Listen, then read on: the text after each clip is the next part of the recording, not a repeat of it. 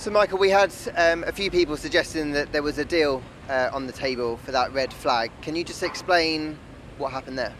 Yeah, certainly, Lawrence. It's very much, wouldn't call it a deal. From a race director's perspective, I have no authority to actually instruct the teams to do anything. In that situation, I can give them an offer, the ability to do that, but the choice is theirs. The stewards are obviously empowered to impose penalties, but I can give them my perspective. So that's why I offered them the ability to give that position up. It was as a result of the red flag that came about with the incident at turn 3. The priority in any red flag situation is A, to make sure the drivers are safe, then to activate the recovery, and the marshals can do so, clean the track and so forth. So it probably seemed a bit elongated compared to normal. However, it's very much normal discussion that takes place.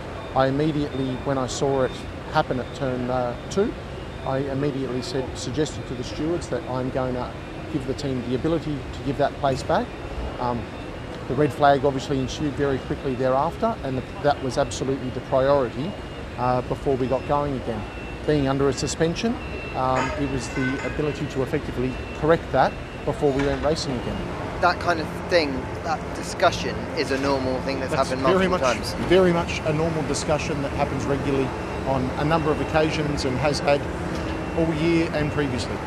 Now, there were a number of incidents that you had to deal with. A lot of them involved Max and Lewis, and you spent a lot of time on the radio. How do you read how both of them drove today? It is an intense championship battle between two fantastic drivers and two great teams. That's part of an intense championship battle on both sides. Lewis wasn't too happy with how he felt Max brake tested him. What's your view on that? The incident at turn 27, having discussed it with the stewards, which is why they waited to investigate that until after the race. That investigation is ongoing currently, but just to get the full perspective from both drivers that were involved to understand the entire situation. So there was obviously the immediate reaction and what occurred, but sitting down, running through it all, and the stewards will no doubt, with time this morning, come to their decision. Do you envisage it's going to be quite a busy drivers' briefing next time out? Because I imagine there's going to be a fair few drivers who want a lot of clarity on a few things. I think the drivers' briefings there's always discussion on various things. If it is or not, that's part of why we have a drivers' meeting, to have an open and frank discussion between us and exchange views. And just finally, on the track here, what do you make of how everything came together so quickly, and are there improvements that you'd like to see before we come back next time around? Yeah, there's certainly some fine-tuning. I think here in Saudi Arabia, they've done a brilliant job of putting this amazing facility together in such a short time frame, which is a credit to everyone involved.